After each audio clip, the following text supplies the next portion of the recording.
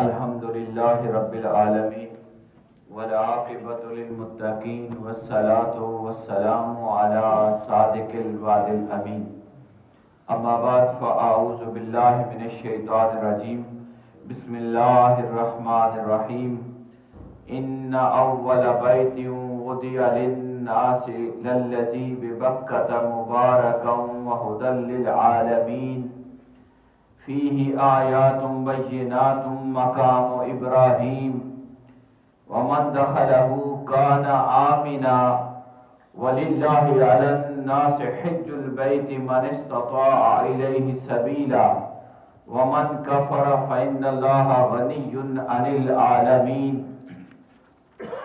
قل يا أهل الكتاب لم تكفرون بآيات الله والله شهيد على ما تعملون. قل يا أهل الكتاب لم تصدون عن سبيل الله من آمن تبغونها عوجا وأنتم شهداء وما الله بغافل عما تعملون. يا أيها الذين آمنوا إن تطيعوا فريقا من الذين أوتوا الكتاب يردوكم بعد إيمانكم كافرين. صدق اللہ العظیم. اللہ رب العالمین کی توفیق اور اس کے کرم سے آج ہم سورہ آل عمران کی آیات 96 سے لے کر انشاءاللہ 100 تک کا مطالعہ کریں گے.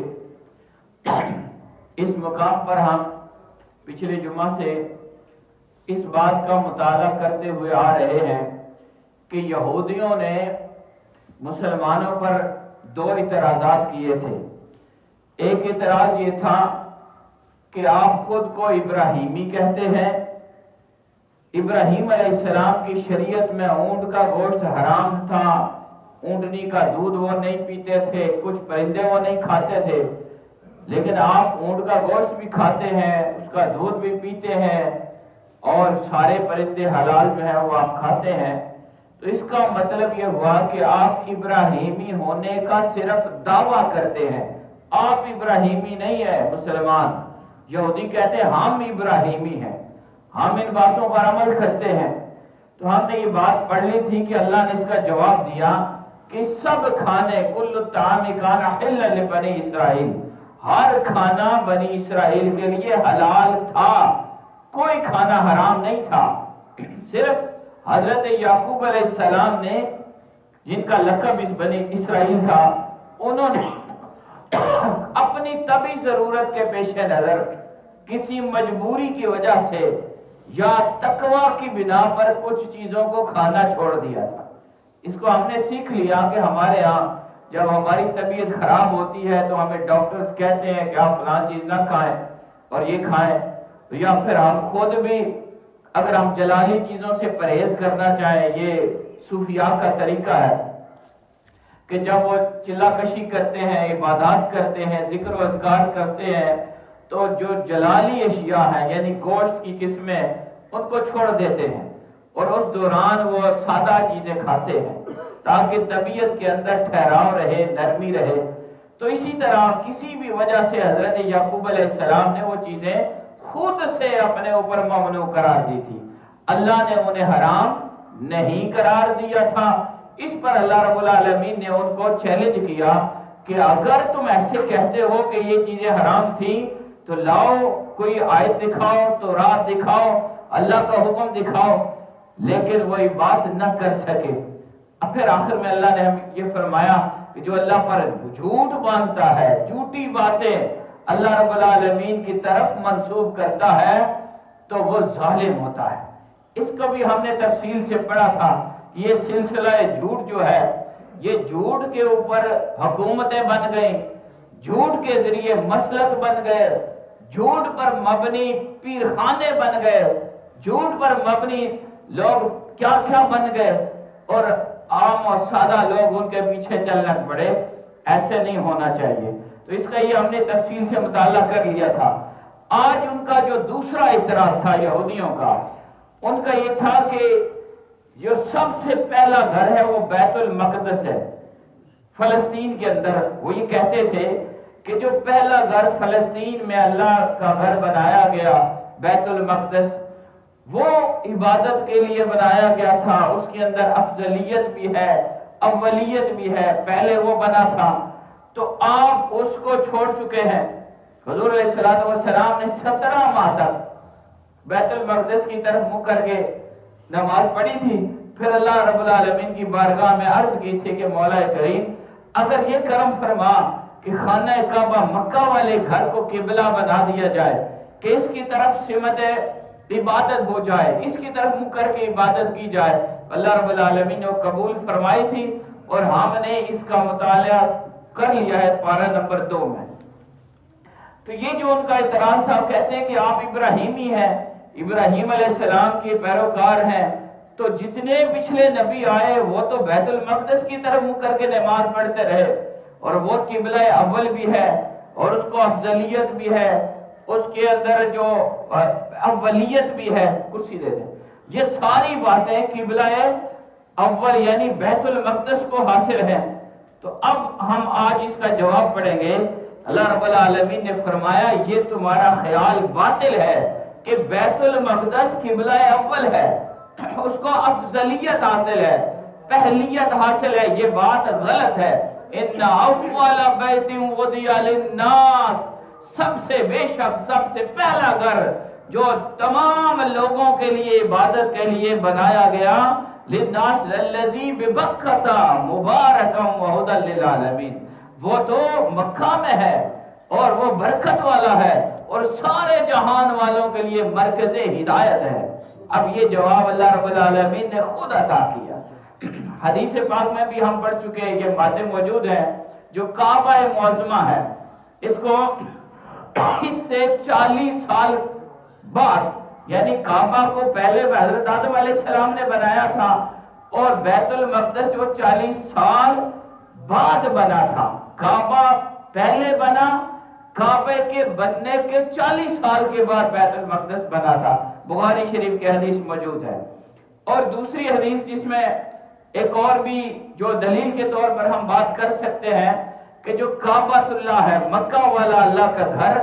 اسی کو افضلیت بھی حاصل ہے اور اسی کو اولیت بھی حاصل ہے، پہلا نمبر ہونا۔ وہ کس طرح کہ جو فرشتوں کا قبلہ ہے وہ اوپر بیت المعمور ہے، اور وہ عین کعبہ کے بالکل اوپر ہے، نیچے کعبہ ہے،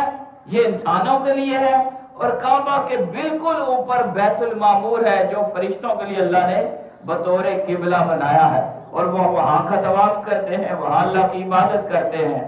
تو کعبہ کی بہت ساری خصوصیات، جن میں 2 کا ذکر آیت کے اندر ہے، فرمایا یہ مبارکن ہے، یہ جو اللہ کا گھر ہے یہ مبارک ہے، یعنی برکت والا ہے۔ اور دوسری صفت بیان کی وَهُدًى لِّلْعَالَمِينَ، یہ تمام جہان والوں کے لیے ہدایت کا مرکز ہے کعبہ۔ اب دیکھیں کہ ہم قرآن مجید کی ان آیات کی روشنی میں دیکھیں، اپنے ذاتی تجربات میں دیکھیں، حضور کے حدیث میں دیکھیں، تو ہمیں یہ بات پتہ چلتی ہے کہ سب سے پہلی عبادت گاہ حضرت آدم علیہ السلام نے اس کعبہ کی شکل میں بنائی تھی۔ تو پہلے ہونا، اول ہونا، یہ بھی کعبہ کو یہ ایک شان حاصل ہے۔ اور پھر جو بیت المقدس ہے یہ مخصوص وقت کے لیے قبلہ رہا، یہ ہمیشہ سے قبلہ نہیں رہا، کچھ وقت کے لیے اور کچھ لوگوں کے لیے، بعض لوگوں کے لیے، جبکہ اس کعبہ کی صفات میں یہ ہے کہ یہ ہدی للناس ہے، یہ وضع للناس بھی ہے اور ہدی للعالمین بھی ہے، یعنی یہ تمام جہان والوں کے لیے اسے قبلہ بنایا گیا ہے۔ بیت المقدس کو کچھ لوگوں کے لیے اور مخصوص وقت کے لیے بنایا گیا تھا، جبکہ کعبہ کو، اللہ کے مکہ والے گھر کو، یہ کائنات بھر کے انسانوں کے لیے بنایا گیا۔ اور دوسری بات کہ یہ مکہ کے اندر جو اللہ کا گھر کعبہ اللہ ہے، یہ ہدی للعالمین ہے، یہ کائنات بھر کے لیے، تمام جہانوں کے لیے ہدایت کا ذریعہ ہے۔ اور اس کے بعد جو حج فرض کیا گیا، یہ بات ذہن میں رکھیں، اس سے باتیں کھلتی ہیں، پتہ چلتا ہے کہ افضلیت اور اولیت یہ کعبہ کو حاصل ہے، مکہ والے اللہ کے گھر کو، کہ دیکھیں اس گھر کا حج فرض قرار دیا گیا، بیت المقدس والے گھر کا حج فرض نہیں ہے۔ اور پھر اگلی بات کہ مکہ کے اندر جو نیکی کی جاتی ہے اس کی شان اور فضیلت یہ ہے کہ وہ ایک نیکی 1,00,000 نیکی کے برابر ہے، جبکہ یہ فضیلت بیت المقدس فلسطین کو حاصل نہیں ہے۔ بے شک وہ بھی برکت والی جگہ ہے۔ وہ آیت کیسے ہے کہ بارکنا حولہ، یعنی برکت والا ماحول وہ بیت المقدس کو بھی حاصل ہے۔ ہاں برکت، یہ آیت بولے نا، بارکنا حولہ لنریہ من آیاتنا، یعنی برکت والا یہ بھی ہے اور برکت والا وہ بھی ہے۔ اللہ نے برکت اس جگہ کو بھی عطا کی ہے، برکت اس کو بھی عطا کی ہے، لیکن اس کی برکت اور اس کی برکت میں بڑا فرق ہے۔ یہاں کی ایک نیکی وہاں کی 1,00,000 نیکی ہے، جبکہ یہ درجہ وہاں کو حاصل نہیں ہے۔ وہاں انبیاء کے وزارات بھی ہیں۔ حضور علیہ السلام نے جب معراج پہ گئے وہاں پر آپ نے تمام انبیاء کو نماز پڑھائی، امامت کی، ساری شانیں اسے حاصل ہیں، لیکن اللہ فرماتا ہے یہودیوں تم جو یہ کہتے ہو کہ بیت المقدس اول، بیت المقدس افضل، یہ بات حقیقت نہیں۔ حقیقت یہی ہے کہ جس گھر کو اللہ کے اس عظیم گھر کو ابراہیم علیہ السلام نے آباد کیا، دوبارہ بنایا تھا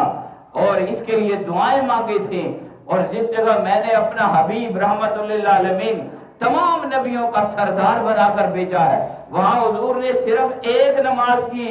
امامت کروائی تھی، یہاں زندگی کے سال گزارے ہیں۔ اور وہاں حضور ایک دفعہ تشریف لے کر گئے تھے، یہاں آپ نے شب و روز گزارے ہیں۔ وہاں کے لیے یہ فضیلت، یہ حکم نہیں ہے لا اقسم بہذا البلد وانت حل بہذا البلد، اللہ نے یہ حکم صرف نازل کیا تو مکہ والے گھر کے لیے کہا کہ میں اس گھر کی، اس جگہ کی قسم نہیں کھاتا ہوں تو اس لیے کہ حبیب آپ اس میں چلتے پھرتے ہیں۔ یہ ساری باتیں جواب تھی ان کا، اور فرمایا فیہ آیات بینات، لوگوں یہ جو گھر ہے اللہ کا، یہ مکہ، یہ کعبۃ اللہ، اس میں کھلی نشانیاں ہیں، آیات بینات ہیں، کھلی نشانیاں ہیں۔ مقام ابراہیم، جن میں سے ایک مقام ابراہیم ہے، بہت ساری نشانیاں جمع، یہاں آیات کا لفظ بولا گیا، آیتن ایک،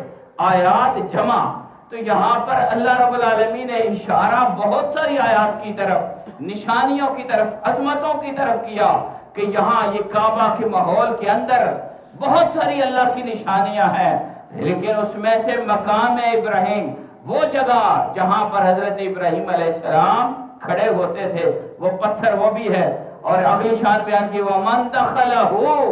اور جو اس گھر میں آئے گا، اس میں داخل ہوگا،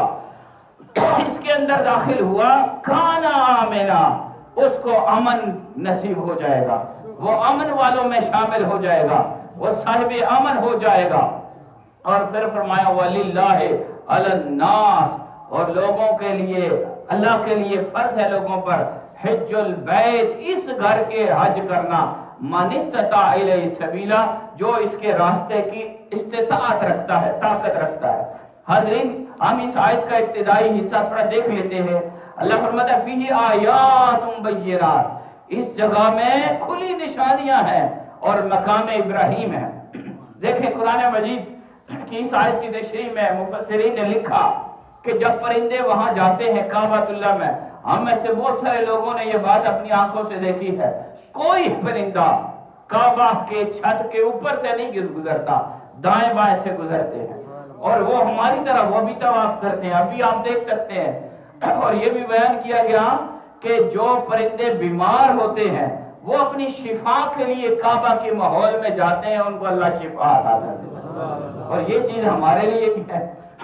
اور یہ بھی احکام میں، فقہ میں لکھا ہوا ہے کہ کسی کو اس جگہ پر شکار کرنے کی اجازت نہیں ہے، اور یہ آزمایا جا چکا ہے کہ اگر کتا یا کوئی بھی جانور وہاں پر چھوڑا جائے اور جس کو شکار کرتا ہے، ہرن یا کوئی بھی چیز، تو وہ جانور اپنے شکار کی طرف نہیں بھاگے گا، یہ اللہ نے حکم دے دیا ہے۔ اور اس جگہ کا تقدس یوں بنا دیا ہے کہ وہاں پر درندے، پرندے، انسان، ہر شے اس جگہ کا احترام کرتی ہے، اس لیے کہ فیہ آیات بینات، وہاں پر کل نشانیاں ہیں۔ آیات بینات ہیں، اور جو بھی اہل ایمان جاتے ہیں آپ نے دیکھا، ہم میں سے ہر شخص 12 مرتبہ اس کا تجربہ کر چکا ہے، جب وہاں پر جایا جاتا ہے، کعبہ پر پہلی نظر پڑتی ہے تو لوگوں کی آنکھوں سے آنسو آ جاتے ہیں، یہ بھی نشانی ہے۔ اس کے علاوہ بے شمار باتیں ہیں، بیان کیا جاتا ہے کہ شب جمعہ، جمعرات کی رات، تمام اولیاء کی ارواح آ کر کعبہ اللہ کا طواف کرتی ہیں۔ انہی آیات میں سے اللہ پاک فرماتا ہے، اس میں مقام ابراہیم ہے، زمزم، یہ اللہ کی نشانیوں میں سے حضرت ابراہیم علیہ السلام کی ایڑیاں لگیں اور پانی نکلا، اور آج تک لاکھوں کروڑوں لوگ سیراب ہو رہے ہیں، اور ایک ایک وقت میں 50 لاکھ بندے زمزم پی رہے ہیں۔ مدینہ میں بھی اس کو ڈائریکٹ پہنچا دیا گیا ہے، لیکن اس میں کمی نہیں آ رہی۔ یہ سب سے بڑی نشانی ہے۔ حتیم، جو کعبہ کا وہ حصہ جسے ایسے کرو لگا ہوا ہے، اس کے اوپر بلڈنگ نہیں ہے، اسے حتیم کہتے ہیں، یہ والا حصہ، یہ بھی اصل کعبہ ہے، کعبہ والی جگہ ہے، لیکن جب تعبیر کی گئی تھی تو اس کو کعبہ کا حصہ نہیں بنایا گیا، لیکن اس کا مقام، مرتبہ، عزت، شان وہ کعبہ والی ہے۔ یہ بھی اس کی نشانیوں میں سے۔ صفا مروہ اللہ کی نشانیوں میں سے، حجر اسود اللہ کی نشانیوں میں سے۔ ان تمام نشانیوں کو چھوڑ کر اللہ نے کہا بہت ساری نشانیاں ہیں بھائی، لیکن مقام ابراہیم ان نشانیوں میں سے خاص نشانی کا ذکر کیا۔ تو مقام ابراہیم کیا ہے؟ کہ یہ وہ پتھر ہے جس پر حضرت سیدنا ابراہیم علیہ السلام کھڑے ہو کر کعبہ کی تعمیر کیا کرتے تھے۔ اور عجیب بات دیکھیں کہ جب جو عمارت اوپر ہوتی جاتی، یہ پتھر خود بخود اونچا ہوتا جاتا، جب آپ نیچے اترنے لگتے چاہتے تو خود بخود نیچے ہو جاتا۔ پتھر بھی نبی کی منشا کو سمجھتا تھا، اور پتھر جانتا تھا کہ یہ آپ نبی یہ چاہ رہے ہیں کہ مجھے اونچا ہونا چاہیے، اونچا ہو جاتا، اور نبی یہ چاہ رہے ہیں کہ مجھے نیچے ہو جانا چاہیے، وہ نیچے ہو جاتا۔ یعنی اس سے یہ بات پتہ چلتی ہے کہ اگر پتھر بھی نبی کے قدموں سے لگے تو اس کے اندر حصے آ جاتی ہیں، احساس آ جاتا ہے، شعور آ جاتا ہے۔ اللہ کریم اس کو یہ شان دیتا ہے کہ وہ آیتم من آیات اللہ کی نشانیوں میں سے ایک نشانی بن جاتا ہے۔ آج بھی اس پتھر پر وہ نشان موجود ہے، اور یہ اللہ پاک کی شاعر اللہ بن جاتا ہے، متبرک بن جاتا ہے، اور اللہ اسے یہ شان عطا کرتا ہے کہ قیامت تک کے لیے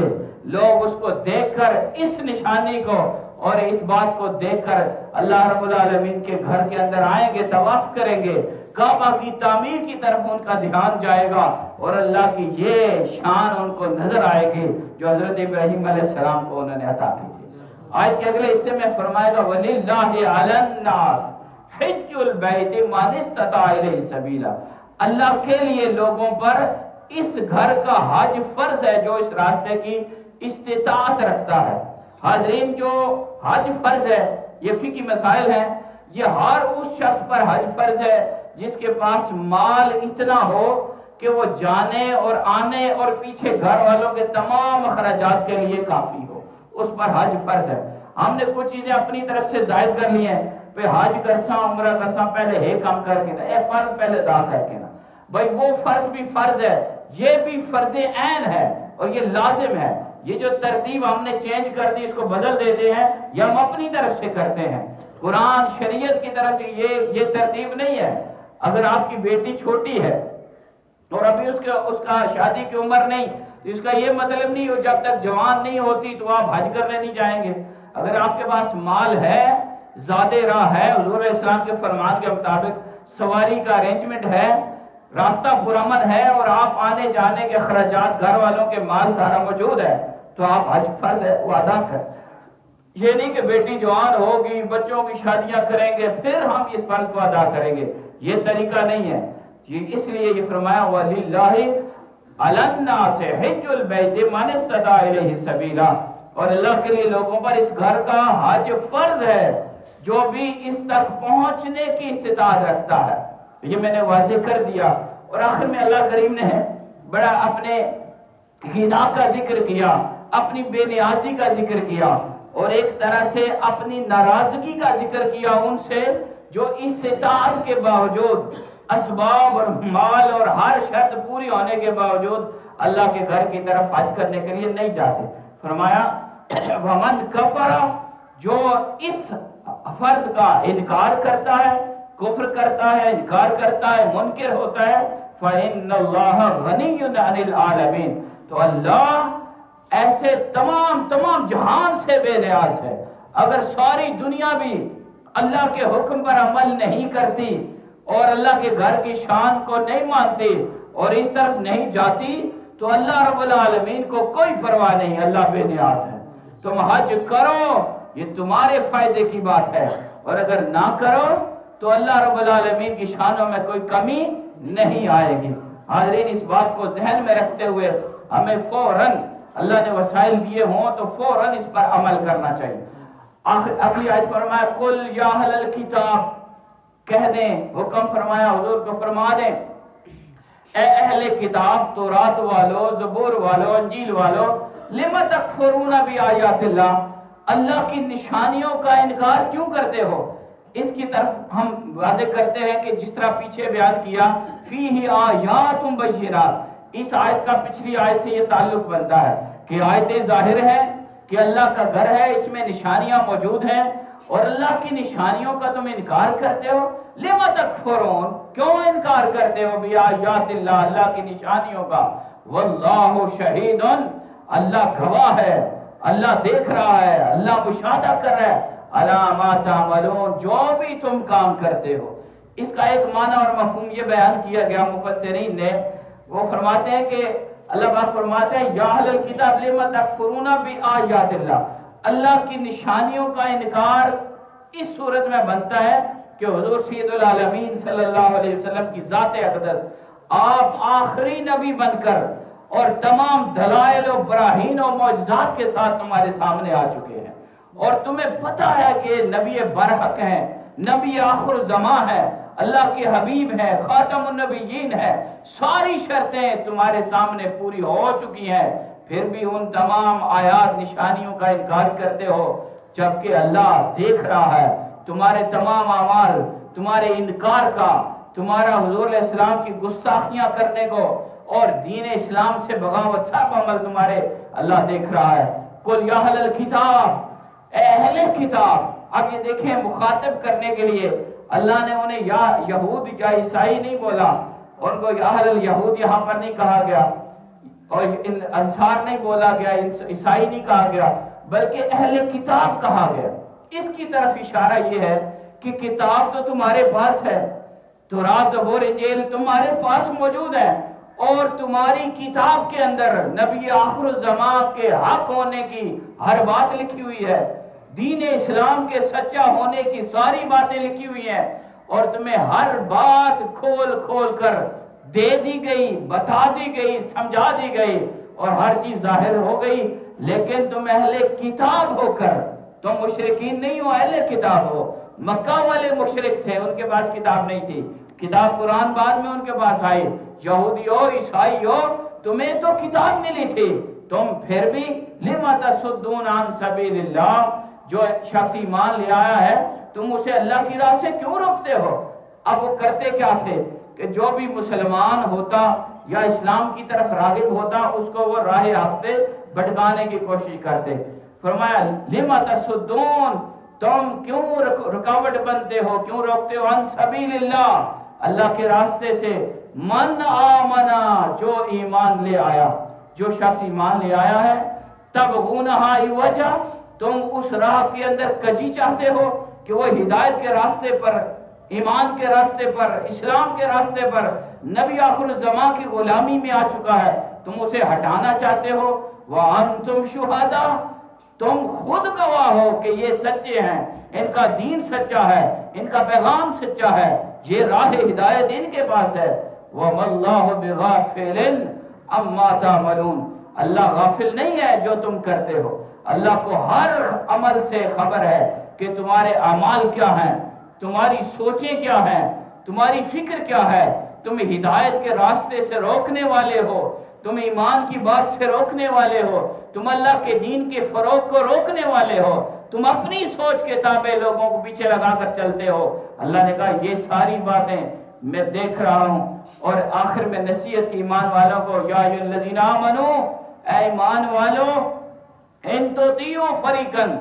اگر تم کسی گروہ کی اطاعت کرو گے، کسی اہل کتاب من الذین اوتوا الکتاب، جنہیں کتاب دی گئی، اگر ان میں سے کسی گروہ کی تم پیروی کرو گے،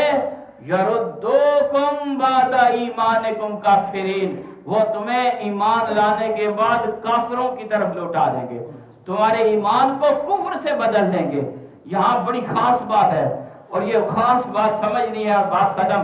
فرمایا کہ اہل ایمان جو ایمان لے آیا، صاحب ایمان بن گیا، حضور کی غلامی میں آ گیا اور حق اور سچ کے راستے پر چل پڑا ہے، فرمایا ایسے لوگوں کے ساتھ اٹھک بیٹھک نہیں رکھنی جو راہ حق سے بھٹکے ہوئے ہیں۔ یہاں مخاطب تو اہل کتاب ہیں، یہ لیکن اس سے ہم کیا لیتے ہیں، ڈیرائیو کیا ہوتا ہے، بات کیا سمجھ آتی ہے کہ جو حق پر چلنے والا ہے، اگر وہ کسی ناحق چلنے والے بدراہ گمراہ اور مدل کے ساتھ راستہ رکھے گا، وابطہ رکھے گا، دوستی رکھے گا، تعلق رکھے گا، اور کلیام علیہ نے زبانی جو اٹھک بیٹھک نہ مطلب دنیا داری رکھے گا، ایک ہی کرنے جو ہے دنیا داری ہے جی، دنیا داری کے لیے بھی اگر تم کسی گمراہ کے پیچھے چلو گے دنیا داری کے لیے، قرآن یہ تمہیں ہدایت دیتا ہے، یردوکم بعد ایمانکم کافرین، ضرور تمہارے اندر وہ ایک بیماری پیدا کریں گے، انکار والی، گمراہی والی، اور وہ خود بھی گمراہ ہیں، جھوٹ پر مبنی سلسلے قائم ہو چکے ہیں، اللہ رسول کی شریعت کے خلاف باتوں پر پورا سلسلہ چل پڑا ہے اور لوگ پیچھے چل رہے ہیں۔ تساں کے کر رہے ہیں دنیا داری نہیں گلانے جی، دنیا داری حضرت جی ڈانٹ نہ کرو، کیا دنیا داری ہے؟ جنازہ پڑھانا دنیا داری ہے،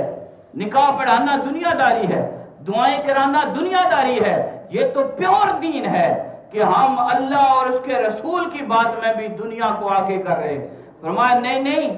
اگر دوستی رکھنی ہے، تعلق رکھنا ہے تو اہل حق کے ساتھ رکھو، دیکھو جانچو ان کو پرکھو، اگر کوئی اہل حق ہے، ایمان پر ہے اور اللہ اور اس کے رسول کی شریعت پر چلتا ہے تو بے شک اس کے ساتھ تعلق رکھو، لیکن دنیا داری نہیں چلے گی۔ یہ دین اور دنیا، ہم خدا خواہی و ہم دنیا دوں، این خیال است و محال است و جنوں، فارسی والے کہتے ہیں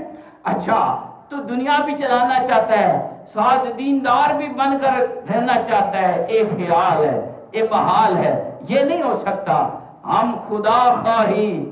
اللہ والا بھی بننا چاہتا ہے، حق پر بھی چلنا چاہتا ہے، خدا کو بھی راضی کرنا چاہتا ہے، وہ ہم دنیا دوں، اور کمینی دنیا اور دنیا دار جھوٹے فراڈیوں کے ساتھ بھی دنیا داری تعلقات رکھے گا، این خیال است و محال است و جنوں، یہ خیال ہی ہے، یہ محال ہے، یہ نہیں ہو سکتا، وہ تیری ذات میں اثر کرے گا، وہ تیرے دین کو بدلائے گا، تیرے دین کو خراب کرے گا۔ یردوکم بعد ایمانکم کافرین، وہ تمہیں ایمان لانے کے بعد کفر کی طرف لوٹا دیں گے۔ یہ واقعہ میں سنا چکا ہوں کہ حضور علیہ السلام کے زمانے میں اوس و خزرج جن کی سال سے دشمنیاں چلی آ رہی تھیں، اسلام کے بعد وہ بھائی بن گئے۔ ایک دن وہ بیٹھے ہوئے تھے، آپس میں گپ شپ لگا رہے تھے پیار محبت کی، پاس ایک یہودی گزرا، اس نے دیکھا دیکھو جی انہاں تے بڑیاں محبتاں پہ گیاں، پیر بھائی بن گئے، اے جناب پہ بڑے پیر بھائی بن گئے نے۔ اس نے کہا ان کو خراب کرنا چاہیے، اس نے ان کے اندر بیٹھ کر ان کی پرانی دشمنیوں کی باتیں کرنا شروع کر دی۔ اب یہ بات سمجھنی ہے، جو آپ کو محبت کے راستے سے ہٹائے،